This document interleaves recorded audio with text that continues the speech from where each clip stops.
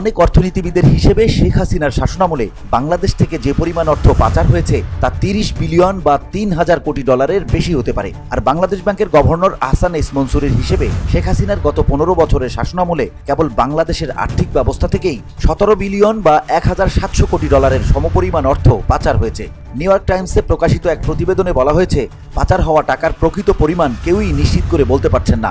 বিভিন্ন ধরনের আর্থিক হিসাব নিকাশ করে আহসান এস মনসুর বলেন, শেখ হাসিনার শাসনামলে তার সহযোগীরা বাংলাদেশের ব্যাংক খাত থেকে যে পরিমাণ অর্থ লুট করেছে তা কার্যত পৃথিবীর আর্থিক ইতিহাসে সর্বোচ্চ।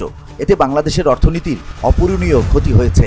বুধবার মার্কিন সংবাদ মাধ্যমটির অনলাইন সংস্করণে এই প্রতিবেদনটি প্রকাশিত হয়। তবে আহসান এস মনসুরের সাক্ষাৎকার কবে নেওয়া হয়েছে তা প্রতিবেদনটিতে বলা হয়নি। তবে চলতি সপ্তাহে অর্থনৈতিক পরিস্থিতি বিষয়ক শ্বেতপত্র কমিটি বলছে, সাবেক প্রধানমন্ত্রী শেখ হাসিনার শাসনামলে গত ১৫ বছরে বাংলাদেশ থেকে সার্বিকভাবে প্রতি বছর গড়ে প্রায় ১৬ বিলিয়ন মার্কিন ডলার অবৈধভাবে পাচার হয়েছে।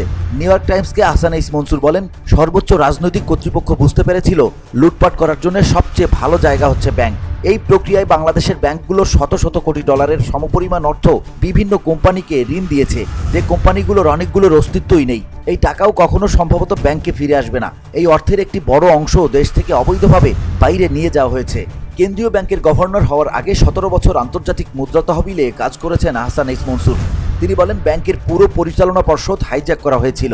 তার ভাষ্য, বিশ্বের অন্য কোনো দেশে সরকারের সর্বোচ্চ কর্তৃপক্ষ এভাবে গুন্ডা মাস্তানদের সহযোগিতায় পুরো ব্যাংক খাতে এমন ব্যক্তিগতভাবে এমন ঘটনা তিনি আর কোথাও দেখেননি।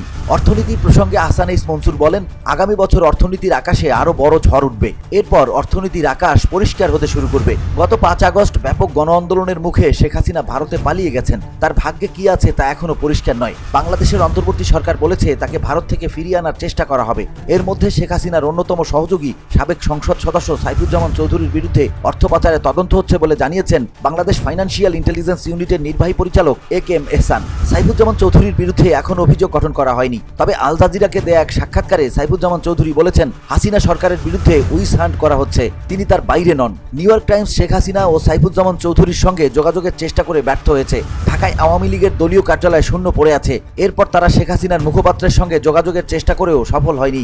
যে প্রস্তাব প্রত্যাখ্যানের সুযোগ ছিল না। ইসলামী ব্যাংকের সাবেক ব্যবস্থাপনা পরিচালক মোহাম্মদ আব্দুল মান্নানের পদত্যাগের ঘটনা সবিস্তারে তুলে ধরেছে নিউ ইয়র্ক টাইমস। সংবাদে বলা হয়েছে, ২০১৭ সালের ৫ জানুয়ারি আর ১০টা সাধারণ দিনের মতো আব্দুল মান্নান কার্যালয়ে যাওয়ার জন্য বাসা থেকে বেরিয়েছিলেন। পথিমধ্যে তিনি একটি ফোন কল পান। কলটি করেছিলেন সামরিক গোয়েন্দা দপ্তরের প্রধান। তাকে বলা হয় গাড়ির গতিমুখ পরিবর্তন করে তিনি যেন সংস্থাটির সদর দপ্তরে চলে আসেন। গত অক্টোবর মাসে আব্দুল মান্নান নিউ ইয়র্ক টাইমসকে সেই ঘটনার বিবরণ দিয়েছেন। কার্যালয়ে যাওয়ার পর সামরিক গোয়েন্দারা আব্দুল মান্নানের ফোন, ঘড়ি ও ওয়ালেট রেখে দেন। এরপর গোয়েন্দা সংস্থার প্রধান আব্দুল মান্নানের দীর্ঘ ক্যারিয়ারের বিবরণ দেন। বাংলাদেশের ব্যাংক খাতকে তিনি যে গ্রামীণ দরিদ্র মানুষের কাছে নিয়ে গেছেন সেজন্য তার প্রশংসা করেন।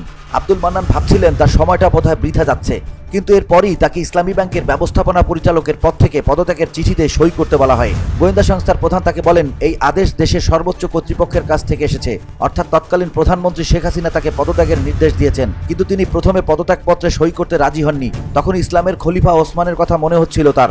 ৭ম শতাব্দীতে ঘাতকের আক্রমণের মুখে তিনি শেষ মুহূর্ত পর্যন্ত লড়াই চালিয়ে গেছেন। কিন্তু এই পর্যায়ে এসে আব্দুল মান্নান আর বলতে পারলেন না। প্রথমত তিনি বলেন, গোয়েন্দা কর্মকর্তারা তাকে মৌখিকভাবে রাজি করানোর চেষ্টা করেছেন। এরপর তিনি সময়ের হিসাব ভুলে যান এবং এক পর্যায়ে জানতে পারেন দুপুরের আগে তিনি পদত্যাগপত্রে সই করেছেন। এরপর তাকে ছেড়ে দেওয়া হয় এবং পরবর্তী ৮ বছর তিনি কার্যত নির্বাসনে ছিলেন। এখন তিনি আবার একটি ব্যাংকের চেয়ারম্যান হয়েছেন। আব্দুল মান্নান ও আহসান এস মনসুর একই সুরে বলেন, ওই ঘটনার পর এসালম গোষ্ঠী ইসলামী ব্যাংক সহ অন্যান্য ব্যাংকের নিয়ন্ত্রণ হাতে নেয়। এসালম গ্রুপের প্রতিষ্ঠাতা সাইফুল আলম ট্রেডার হিসেবে ব্যবসা শুরু করেন। পরবর্তী সময়ে তিনি বিশেষ করে শেখ হাসিনার আমলে জ্বালানি, আবাসন খাত সহ বিভিন্ন খাতে ব্যবসা সম্প্রসারণ করেন। কেন্দ্রীয় ব্যাংকের দাবি, এসালম গোষ্ঠী অন্যান্য গোষ্ঠীর সঙ্গে হাত মিলিয়ে শেখ হাসিনার আমলে বাংলাদেশের ব্যাংক খাত শূন্য করে দেওয়ার চক্রান্ত করেছিল। হাসিনা সরকারের ঘনিষ্ঠ সহযোগীদের ব্যাংক হিসাব জব্দ করা হয়েছে বলে জানিয়েছেন বিএফআইইউর নির্বাহী পরিচালক এ.কে.এম. এহসান।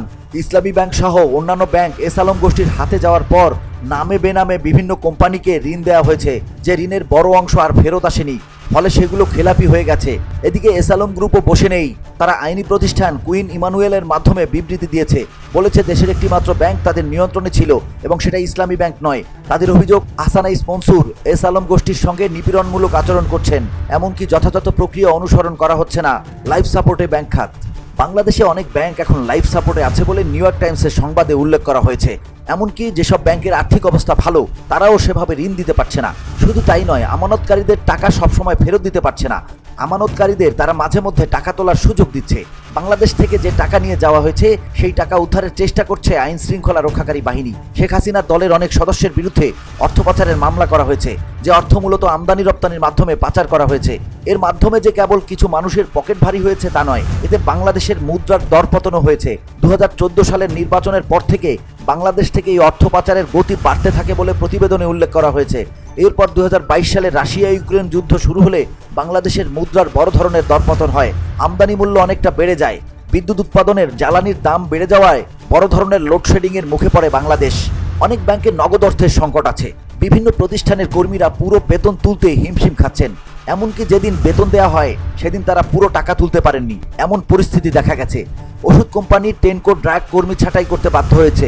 এই কোম্পানির সহ মহাব্যবস্থাপক মাজিদুল করিম নিউ ইয়র্ক টাইমসকে বলেন, নিম্ন আয়ের কর্মীরা সবচেয়ে বেশি ক্ষতিগ্রস্ত হয়েছেন। কর্মীরা তার কাছে অভিযোগ করেছেন ব্যাংক টাকা দিতে পারছে না, সে কারণে কোম্পানি বাধ্য হয়ে নগদ অর্থে মজুরি পরিশোধ করছে।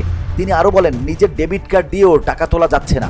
আহসান ইস মনসুর জানান, এবছর বাংলাদেশের প্রবৃদ্ধির বছর নয়, যদিও মূল্যস্ফীতির হার কমে আসছে ও প্রবাসী আয় প্রবাহ বাড়ছে। তিনি আশাবাদী আন্তর্জাতিক মুদ্রা তহবিল বাংলাদেশের মুদ্রা স্থিতিশীল করতে আরও 3 বিলিয়ন বা 300 কোটি ডলার সহায়তা দেবে। ভবিষ্যৎ নিয়ে আশাবাদী কেন্দ্রীয় ব্যাংকের এই governor. VOD Bangla news desk.